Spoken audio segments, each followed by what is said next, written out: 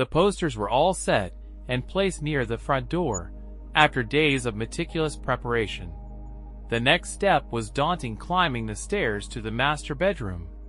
I swiftly stripped the bed, maneuvered the mattress off the queen-size frame, and half lifted, half slid down the stairs, through the hallway, out the front door, and onto the lawn next to the street. I then threw the slats and bed clothes down the stairs, following them outside, and adding them to the pile next to the mattress. After another trip upstairs, I disassembled the side rails and swiftly carried them outside. Glancing at my watch, it was 4:22. Time was of the essence. I needed to finish by 5. I managed to reassemble the bed by 4:35. Next was the kitchen table, light enough for me to handle alone. I angled it sideways through the door and placed it next to the bed in the yard. The last item was the 6x8 throw rug in the living room. After rolling it up, I joined it with the other items in the yard, erected the posters, and proudly noted the time 4:55, just 10 minutes until my wife's return. I stepped into the middle of the street and surveyed my handiwork. It was a sight to behold: our marriage bed, the kitchen table, and throw rug, 3 places I knew had been used by my wife and her lover repeatedly over the past 6 months. The posters were perfectly placed and out of reach, completing the scene. I approached each piece of furniture and read aloud the large sign in front of it. These items were free for the taking, no longer wanted in this house. If one could stomach the stench of infidelity and broken vows, they were welcome to help themselves. The sign above the bed detailed my wife's infidelity, specifying her regular liaisons with her lover over the past 6 months.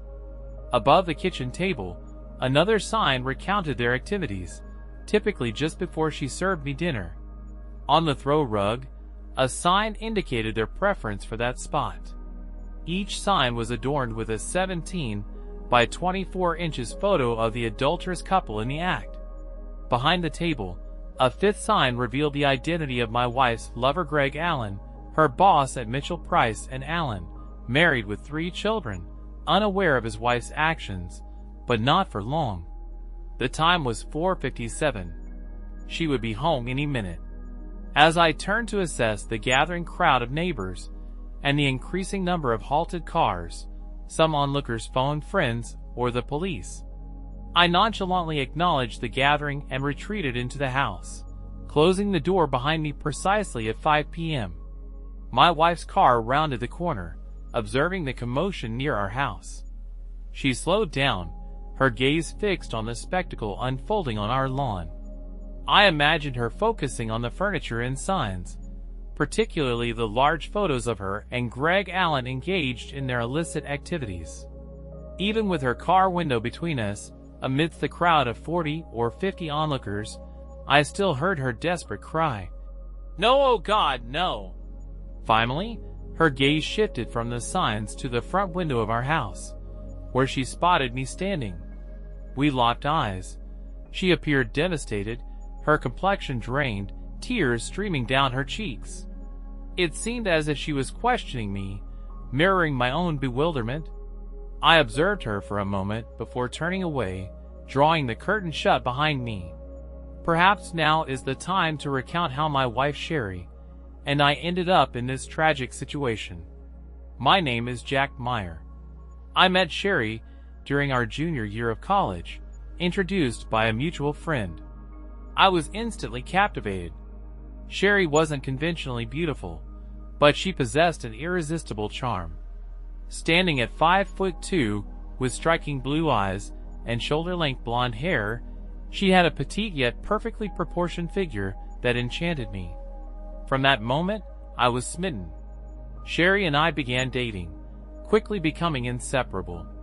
Within a month, we shared our first intimate moment, an experience unlike any other. I was consumed by my love for Sherry, unable to get enough of her. Though we were not virgins, our passion for each other was all-consuming. Every moment together was blissful, every touch electric. Our love deepened over the years. After graduating, we married and settled into our first home, a condo in Van. Sherry pursued a career in real estate, while I found work in electronic manufacturing. We built a life together that I believed to be perfect. For the next 13 years, we shared an idyllic existence, first in our condo and later in our dream home. As our finances improved, we welcomed our children Shelby, now 8, and Ryan, now 6, whom we adored beyond measure. Our family was our world. So what went wrong? I wish I had the answers. I wish I had noticed the subtle signs indicating something was amiss, but I was oblivious, living in a bubble of love and trust. It took an unexpected event, our daughter Shelby falling ill at school, to uncover the truth. It was a Thursday when I received the call from the school nurse just before noon, informing me of Shelby's illness. In the midst of a staff meeting, I asked the nurse to contact my wife. Despite attempts to reach her at her office and on her cell, she was unreachable. So the nurse called me. Recognizing the urgency of fetching my daughter, I apologized to my staff and hurried to Shelby's school to retrieve her. Upon reaching home, upon opening the garage, I was startled by an unfamiliar car parked in my spot beside my wife's. Instantly, a lump formed in my throat, and my stomach churned. No, it couldn't be. I reassured myself. My wife, the woman I cherished above all else, couldn't possibly be having an affair. But why was there a strange car in the garage with the door closed? Something was amiss, and I needed answers. I couldn't expose my daughter to this uncertainty. I instructed Shelby to stay in the car for a moment, explaining that the exterminator was spraying for bugs, and the fumes could make her feel worse. It was the first time I had ever lied to her. Shelby complained about being tired and wanting to go inside, but I reassured her that I would check first before coming to get her later. Shelby asked me what was going on, and I reassured her that everything was fine, attributing my discomfort to the odor in the house. I left Shelby with her grandmother, promising to return for her in a couple of hours. I didn't disclose what I had witnessed, simply asking my mom to care for Shelby until I returned from work. Though tempted to return home and confront the cheating duo, I realized I needed more than a mere confrontation. I craved revenge. As I drove back to my office, I began devising plans that would bring ruin upon my wife and her boss. Definitely, the electronics firm where I worked had multiple divisions. As a senior engineer in the medical equipment division, we shared a large complex with another division specializing in commercial security equipment. Upon reaching my office, I instructed my secretary to ensure I wasn't disturbed for the rest of the afternoon. Then, I called my counterpart in the security division, Dan Taylor, a stellar engineer and longtime friend, who agreed to meet promptly. He mentioned he'd already be coming my way to drop off some blueprints for copying. I informed my secretary that Dan could enter my office as soon as he arrived. True to his word, Dan knocked on my door just 20 minutes later. I requested him to come in and close the door, noting that I needed his help. Dan remarked that I looked like I had seen a ghost, to which I responded by recounting the shocking discovery I had made earlier. I explained to Dan that I had caught my wife and her boss having an affair in our house, specifically in our bedroom. Despite the disbelief, I assured him it was true, detailing how I found them together when I came home to pick up my daughter from school. I refrained from confronting them at the moment, prioritizing my daughter's well-being by having her wait in the car while I quietly left and took her to my mom's house. Dan expressed his sympathy and asked about my plan moving forward. I admitted uncertainty but emphasized the need for evidence, mentioning my intention to gather audio and video recordings of their encounters. I sought Dan's assistance in acquiring security cameras and microphones to discreetly place around the house. Dan questioned the certainty of there being a next time, suggesting that the incident might have been isolated. However, I dismissed this possibility, citing conversations between my wife and her boss about regular rendezvous over the past 6 months.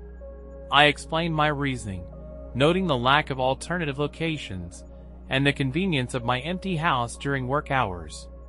After a few more minutes of discussion, we delved into the details. Dan mentioned having access to a new beta line of wireless miniature cameras and microphones compatible with my laptop or home computer. Additionally, he had a small voice-activated recorder I could discreetly place under Sherry's car seat to capture any conversation she might have while driving. It would only record her side of the conversation, but it was better than nothing. I expressed gratitude and informed him I'd collect everything from his office the following day. Returning home that evening proved to be the most challenging task I'd ever faced. I wasn't sure if I could face my wife and pretend nothing had happened. I decided the best course of action was to make Sherry believe I wasn't feeling well, which was true. I retrieved Shelby from my mom's, and upon arriving home, Sherry was preparing dinner in the kitchen. Upon seeing Shelby with me, she grew frantic. I questioned Sherry about her whereabouts, and why she hadn't informed me about Shelby's illness, mentioning that I received a message from the school nurse on the answering machine.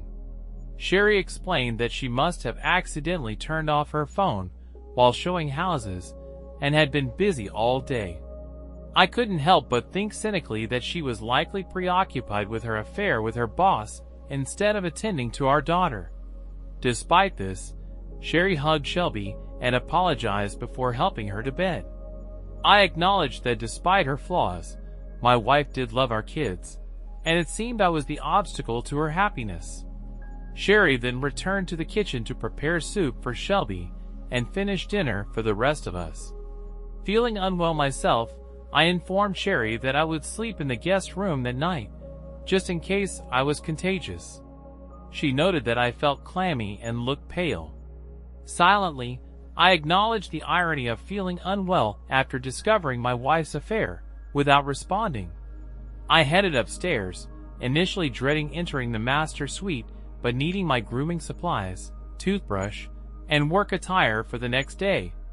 So, I forced myself into the room. A window was open, and the scent of lovemaking had dissipated. The bed was neatly made. She must have changed the sheets. It pained me to look at it. All I could envision was her boss making love to her, whispering sweet nothings about belonging to him alone forever. Anger surged within me, but I suppressed it. I needed to remain composed until I could unleash havoc upon them both, and I would. That much was certain. I gathered my necessities and retreated to the guest bedroom, shutting the door behind me. I stripped down to my underwear and slipped into bed. My body felt rigid. I wanted to weep, but I stifled the urge. I had a mission to accomplish, and I couldn't allow emotions to interfere. For hours, I lay in the darkness, sleep evading me. After tending to the kids and putting them to bed, my wife entered the room. I pretended to be asleep. She pressed her palm against my forehead before exiting the room, shutting the door behind her. Sherry typically handled taking the kids to school, so I rose early, showered, and left the house before her awakening. It probably struck her as odd, but I could simply attribute it to needing to compensate for lost time from yesterday when I felt unwell. Frankly, I didn't care much about her opinion at this point. I just wanted to be free from what until yesterday I believed was a blissful marriage founded on lifelong loyalty, honesty, and commitment. How painfully mistaken I was. Arriving at work before the rest of the staff, I brewed a pot of coffee and began outlining my strategies. I realized I needed to cancel our shared credit cards, transfer half of our joint accounts to a separate bank under my sole name, alter my will, life insurance, and 401k beneficiaries, removing Sherry and naming only Shelby and Ryan. It felt like such a trivial effort to dissolve the last 13 years of my life. It should have been more challenging. Deep down, I suspected it would become harder at some point. I also understood the necessity of securing a competent divorce attorney to protect myself from Sherry's potential exploitation. Being in a no-fault divorce state, infidelity wouldn't significantly affect the financial settlement, but it might aid in retaining custody of my children. Sherry had demonstrated my insignificance in her life, yet she was a devoted mother, and I didn't want to deprive her of her children. I merely sought joint custody to ensure I remained a vital presence in their lives. I fought to suppress thoughts of our life, and the humiliation of overhearing my wife praise her lover's superiority to me in every aspect. If I allowed myself to dwell on it now, I'd begin to doubt myself, which I couldn't afford at the moment. That reckoning would come later, and when it did, it would likely devastate me. With my to-do list complete, I phoned Dan's office. He assured me everything would be ready by noon and offered to assist me in installing and operating the equipment. As I attempted to focus on clearing paperwork from my desk, I noticed Sherry's call on my cell phone. Despite her typically affectionate tone, her voice only fueled my anger. This time, Sherry expressed concern about my well-being, mentioning that she hadn't been able to check on me before I left that morning. I responded vaguely, stating that I needed to clear my head. She suggested an idea to make me feel better that evening, but internally, I couldn't help but feel resentful and deceived by her lies. However, I kept my response neutral, indicating that we would see. Sherry commented on my apparent lack of interest, to which I replied that I was preoccupied rather than uninterested. We agreed to meet at home by 6 o'clock, and she reassured me that she would be in the office all day if I needed to reach her. I phoned Dan, who confirmed everything was prepared. He instructed me to meet him at the loading dock entrance. We loaded all the equipment into Dan's van, and with both of us working on the installation, we had it all set up and tested by 3:30. Then, we installed the software on my home office PC and configured a secure folder to collect and store everything captured by the cameras and microphones. We strategically placed bugs in the living room, kitchen, guest bedroom, and notably, the master suite, ensuring the latter had 4 cameras to capture nearly every activity.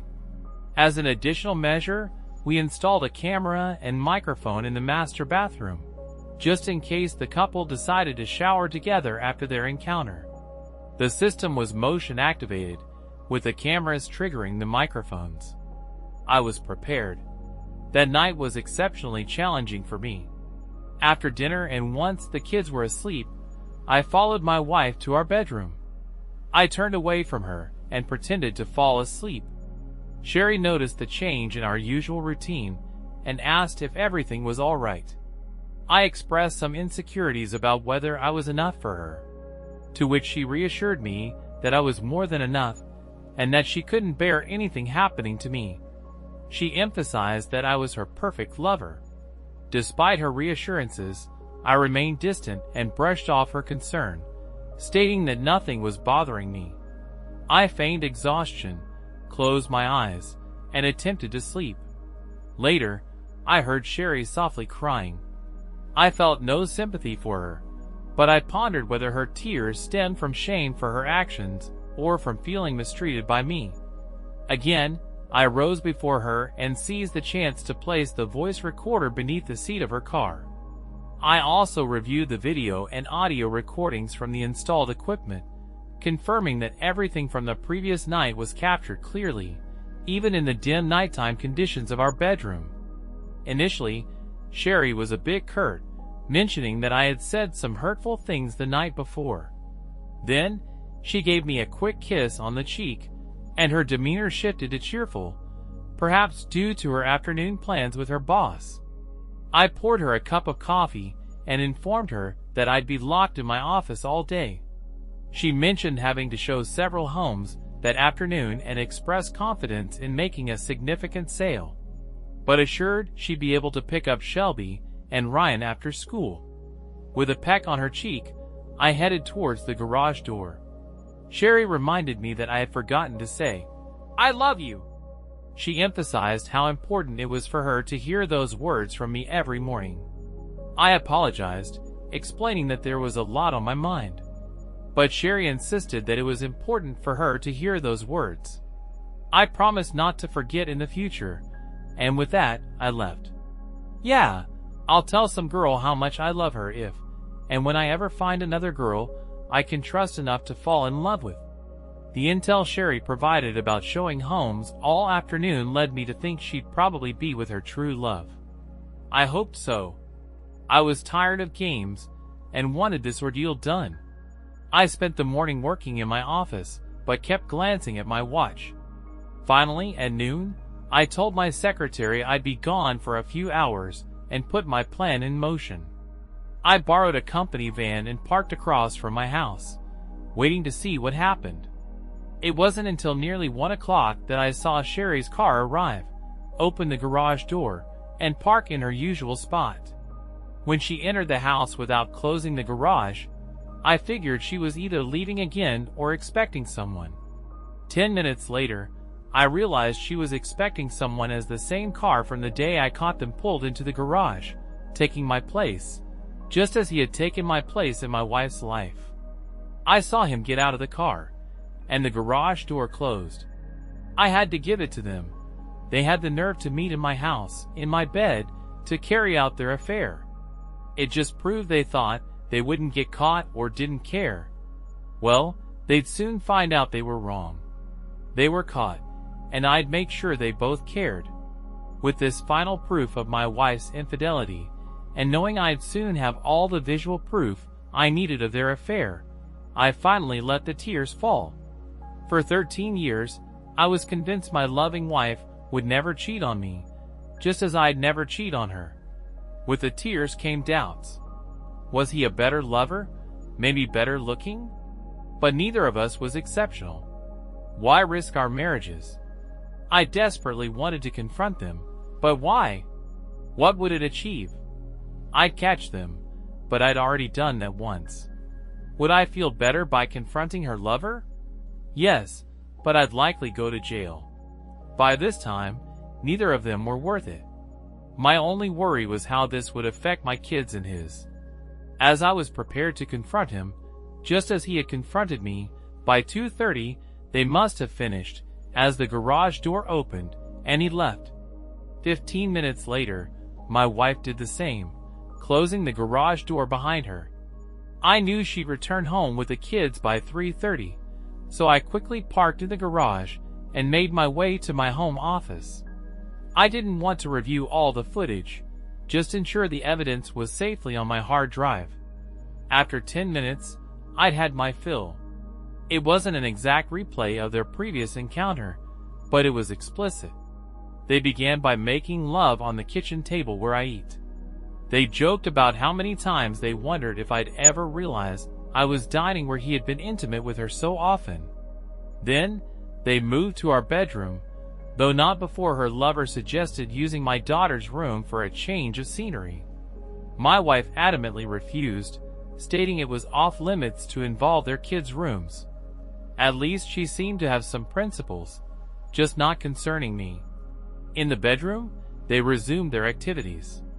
I noticed neither of them expressed love, but my wife continued to praise her boss as the best lover she'd ever had.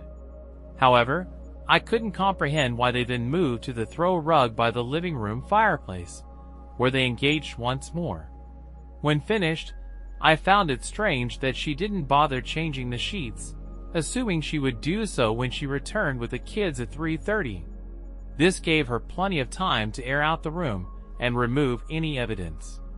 Since I rarely arrived home before 6 and had secured the evidence I needed on my hard drive, I shut down the system and left the house without bothering to check the assumed mess on our marriage bed. I had seen enough, and although my heart was hardened against my wife, I still felt sick inside, a sickness soon replaced by burning anger and hatred. I may have even smiled, knowing the hell I was about to unleash on their cheating heads. Back at work, I briefed Dan on everything. Like me, he couldn't comprehend how a supposedly loving wife like Sherry could do what was now clear.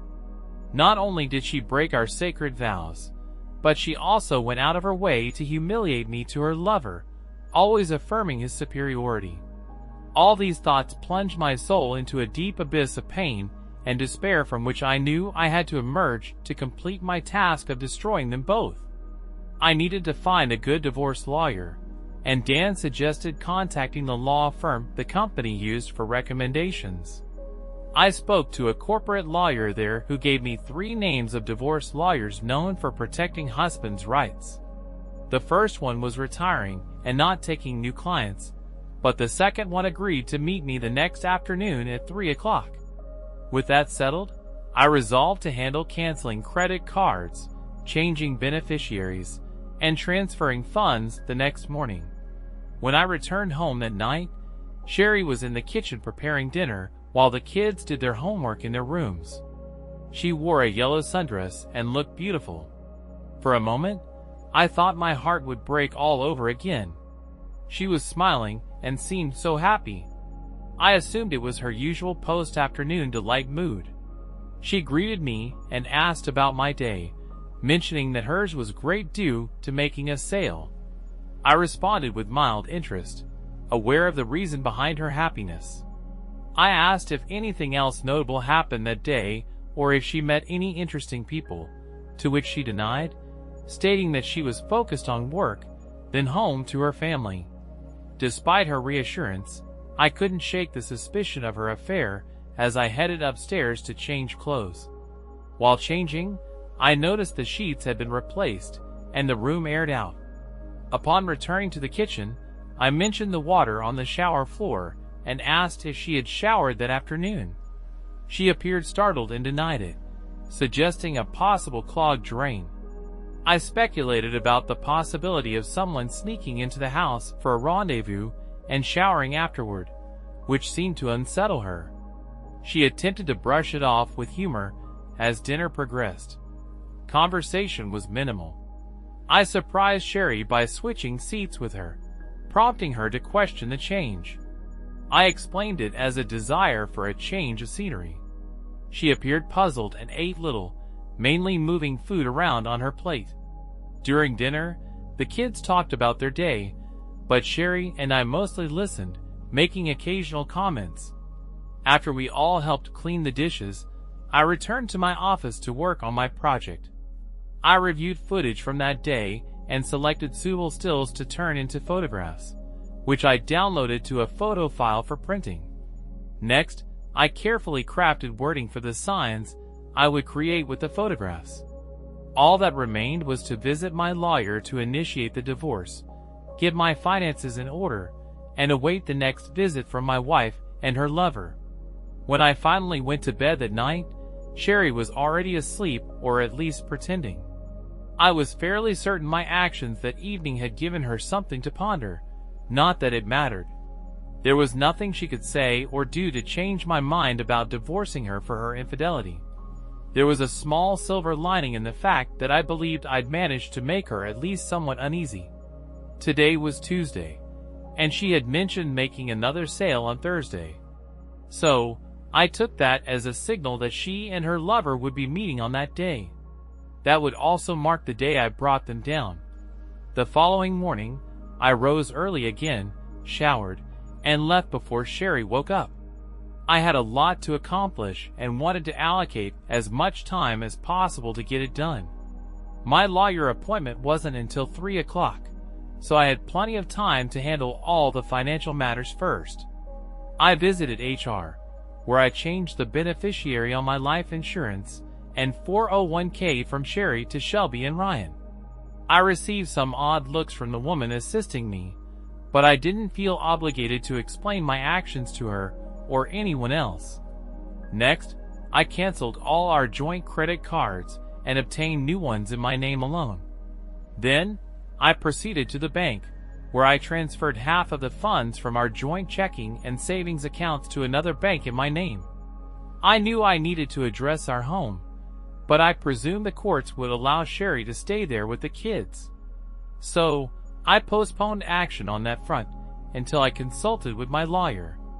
At 3 o'clock, I met with my lawyer, finding him to be agreeable enough. He cautioned me that since we were in a no-fault state, Sherry would likely get custody of Shelby and Ryan, and I'd lose the house and half of everything else to my wife, even with proof of her infidelity. I instructed him on how I wanted the petition written, and when he expressed doubt about my chances of taking nearly everything from her, I reassured him I was confident I could persuade her to agree to whatever I wanted. He wasn't pleased but complied with my demands, assuring me he would have everything prepared for her to be served Friday morning. I also had him draft papers to file against her boss and his company for intentionally wrecking my marriage. Those documents would also be ready by Friday morning. I was prepared. When I returned home that evening, I kept my demeanor cool towards Sherry. Frankly, I had reached my limit and just wanted the whole ordeal to end so I could move on with my life. I knew there was still a lot of pain and heartache ahead, but I acknowledged there was no turning back. Besides, I'd finally be sharing the anguish and misery with my unfaithful wife and her despicable lover. After a subdued dinner with minimal conversation, I retired to my study, printed the photos of the lovers I intended to use, and crafted the signs without interruption. I also found time to compose a letter to Greg Allen's wife, enclosing prints of the large photos I planned to use on the posters, informing her that I had plenty of video evidence to provide her in case she decided to divorce her husband, as I was divorcing mine. Shortly after 11 o'clock, I went to our bedroom to ensure Sherry was asleep. Then, I made my way to her car, retrieved the voice-activated recorder from beneath her seat, rewound it, and listened to its contents. I overheard one side of a conversation that sounded like it was with Greg. The caller expressed gratitude for their time together that afternoon and mentioned missing Greg after they were together. They discussed the idea of spending a whole week together and fabricating a story about a real estate convention they must attend. The caller mentioned having to give Jack occasional attention to keep him happy, but expressed a desire to be exclusively with Greg. They confirmed plans for Thursday afternoon and ended the call. I was taken aback to discover that her words didn't sting as much as they had in the past. Perhaps there was still hope for me. Little did she realize how soon she would belong solely to him forever. The knowledge that I was just one day away from dismantling their comfortable lives filled me with a sense of satisfaction. Revenge, I was realizing, wielded formidable power. I swapped out the tape with a fresh one and returned the recorder under her seat, hoping it would capture evidence of her anguish the next day when her world crumbled. I hardly slept a wink that night, not because I was heartbroken. I had surpassed that. No, my sleeplessness stemmed from the anticipation of everything I hoped would unfold the following day. For the last time, I rose from bed while Sherry continued to slumber. I stood gazing at the woman who had once been my love, the mother of my children, the woman I had imagined spending the rest of my days with. Tears welled in my eyes as I realized I had shared my bed with her for the final time. Never again would our bodies entwine in passion. Never again would we cuddle or discuss our future. Our future was non-existent, and as I turned away from her and departed, I pondered whether she comprehended the toll she was about to pay for betraying me. She likely didn't, but she would soon learn. After showering, I left the house, stopped for breakfast at a diner, then briefly swung by work to inform my secretary of my absence for the day. I phoned Dan and briefed him on the impending events. He wished me luck, cautioned me to be cautious, and requested that I keep him updated on the proceedings. I made a brief visit to my lawyer's office to ensure all was in order for serving my wife and Greg Allen the following day. Following that, I called my wife to arrange picking up the kids from school. My mother had expressed a desire to have them for the long weekend since they had no school on Friday. Thus, I planned to swing by the house around 3:45 to gather some belongings and transport the kids directly to Mom's. She enthusiastically approved, even suggesting we spend Saturday in bed together in her most seductive tone. I agreed nonchalantly before ending the call. I had reached a point where I couldn't tolerate her deceit any longer. I took my time returning home. By 12:30, I was parked nearby, awaiting the imminent events. My car was mostly concealed from view, but I had a clear line of sight to any vehicle entering my driveway. I didn't need to witness the garage door's movements. My wife and her lover were nothing if not predictable, and I was familiar with their routine. At 12:50, Sherry's car rolled into the driveway, followed 5 minutes later by Greg Allen. The trap was set, and I was poised to ensnare them. I should have felt anguish, knowing my wife and her boss were engaging in pleasure in our marital bed while I waited around the corner for them to finish. Yet, she had lost her ability to inflict pain upon me. It was astonishing how composed I felt as I envisioned the activities I knew they were engaging in together. It was almost reminiscent of recalling a low-budget adult film, lacking in substance, but with a satisfying conclusion. Around 10 minutes to 3, I observed Alan's car reverse out of the driveway and depart. 10 minutes later, Sherry followed suit. Sweet, as she drove off, I observed her applying fresh lipstick. Once they were out of sight, I pulled into my garage and shut the door. With limited time on my hands, I headed to my office and reviewed the footage from that afternoon's encounter. Everything was captured, including the hurtful insults about his superiority in bed compared to me. However, this time, their words didn't affect me. After ensuring the footage was securely stored on my hard drive, I spent the next 10 minutes carrying my handcrafted signs adorned with their photographs upstairs and positioning them near the front door for easy access. Then, I packed essentials like a toothbrush and clothes for Shelby and Ryan into my car. The only remorse I felt about my impending actions was for the pain I was about to inflict on my beloved children. Yet, I found solace in knowing I hadn't caused the pain of their parents' separation. That responsibility rested solely on their mother's shoulders. She chose to engage in a prolonged affair, ultimately tearing our family apart. At 3:15, I drove to their school and was waiting when the final bell rang to pick them up. I informed them they'd spend the weekend with Grandma, which thrilled them, given her penchant for spoiling them. 45 minutes later, I dropped them off and returned home, ready to set my plan in motion. And thus, we come full circle to where we began: bed, table, and rug displayed on the lawn, adorned with signs, watched by neighbors, awaiting Sherry's return to the dreadful truth that I held all the knowledge. That night, I expected to hear from Sherry, but I didn't. There was a late call from her cell phone, but when I answered, silence greeted me. An hour after Sherry departed, the police paid me a visit. While understanding, they insisted I remove the signs and photographs to avoid disturbing the peace and public indecency charges. I complied. They served their purpose, seen by my wife, and from the look on her face before I turned away, I knew her life had begun its descent into chaos. That evening, I drowned my sorrows in a substantial amount of Maker's Mark and drifted into an alcoholic stupor. Friday morning greeted me with a monstrous hangover. Yet, despite it, I felt empowered, though saddened and alone. I found strength in knowing I had subdued my anger long enough to exact revenge on my unfaithful wife and her lover. By noon, I glimpsed out the front window to find the rug, kitchen table, and bed gone, leaving only the mattress and stained sheets behind. I disposed of those later. The morning passed uneventfully, but by 3 o'clock in the afternoon, chaos erupted.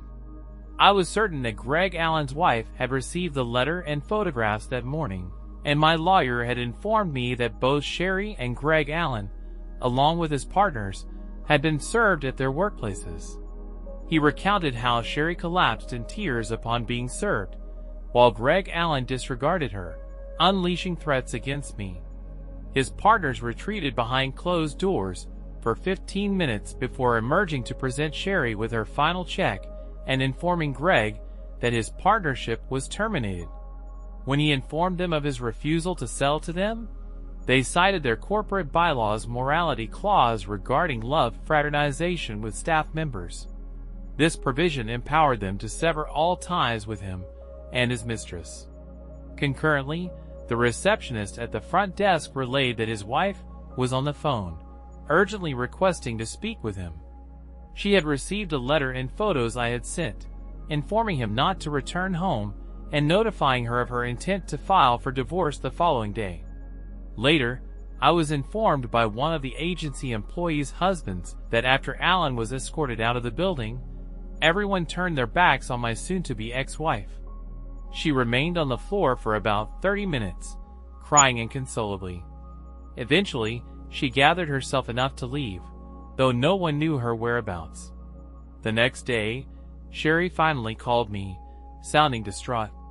She inquired about the children and whether they knew about the situation. I assured her they were safe at my mother's and wouldn't hear the details from me. She thanked me for my discretion and asked to retrieve some belongings, to which I agreed, offering to leave for a few hours. She requested to stay and talk, but I declined, leading to more tears from her. She pleaded for my understanding, expressing remorse and claiming she never intended to hurt me. I laughed at her apology, questioning how she could claim innocence when she had expressed love and longing for her lover, comparing him favorably to me. I accused her of betraying me with her words to him, saying I had recordings of her confessing these feelings. Despite her denial, I insisted that her words were recorded, and nothing she said could change how I felt about her. She professed her love for me, claiming she had always loved only me and didn't understand why she said those things to Greg. She explained that she had done it to boost his ego because he complained about his wife. I questioned her explanation, pointing out that she had torn me down to him and had made love with him for 6 months. She insisted she never meant to hurt me and didn't mean any of it.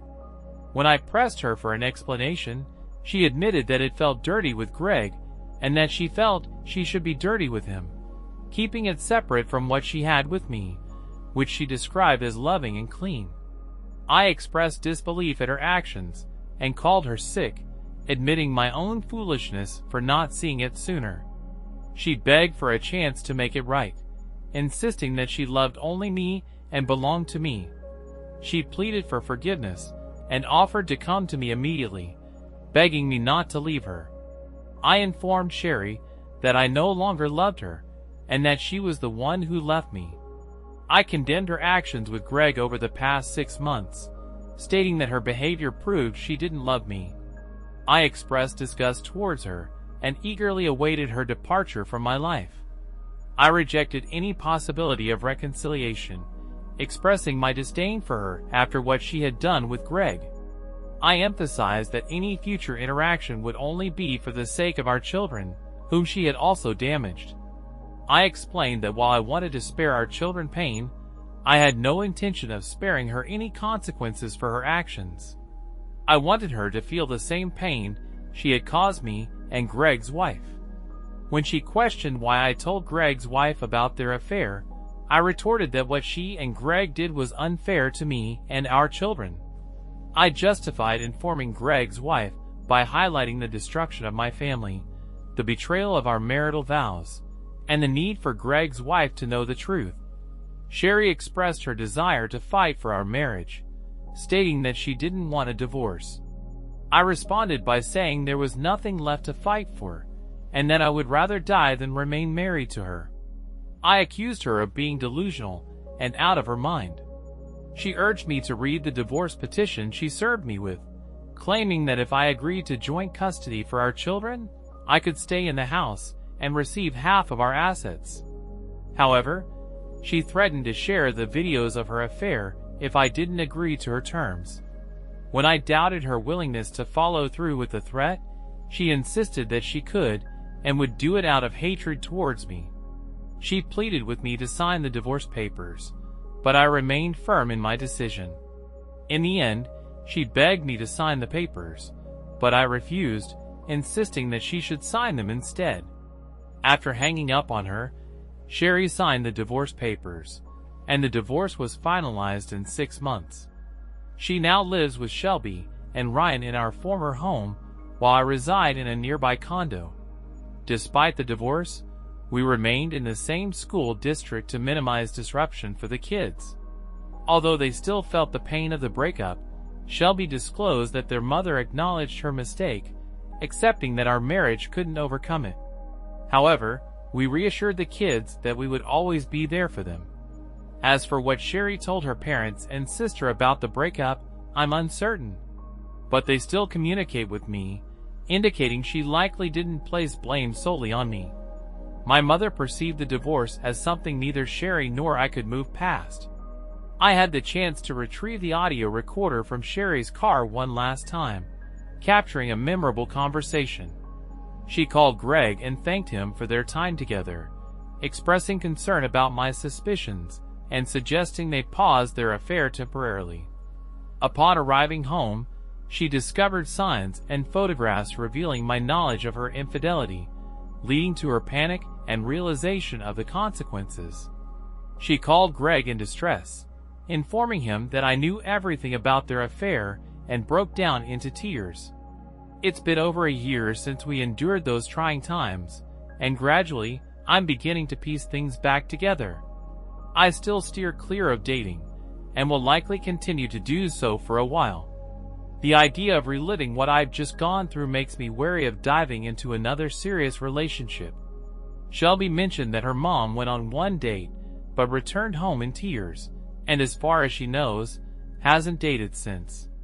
Sherry found work as a receptionist in a retirement village and has put her real estate career on hold, at least for now. I've never found out if she keeps in touch with Greg Allen, and frankly, I don't care. Greg Allen and his wife divorced, and he's been struggling to find employment. Even though I didn't share the videos of their intimate encounters with anyone, Sherry knew I wasn't sympathetic towards Greg. It seems many businesses are wary of hiring someone with a reputation for seducing married women and causing marriages to dissolve. Although I blurred Sherry's face in the videos, I retained all the audio. I recently heard that Greg's ex-wife is dating a kind police officer, and it appears to be serious. Good for her. Speaking of Greg's former employer, to avoid negative publicity, they offered me a generous settlement to prevent a lawsuit. I accepted. As far as I'm concerned, that chapter is closed. For now, my focus is solely on my children and their future. Perhaps one day, my own future will take precedence.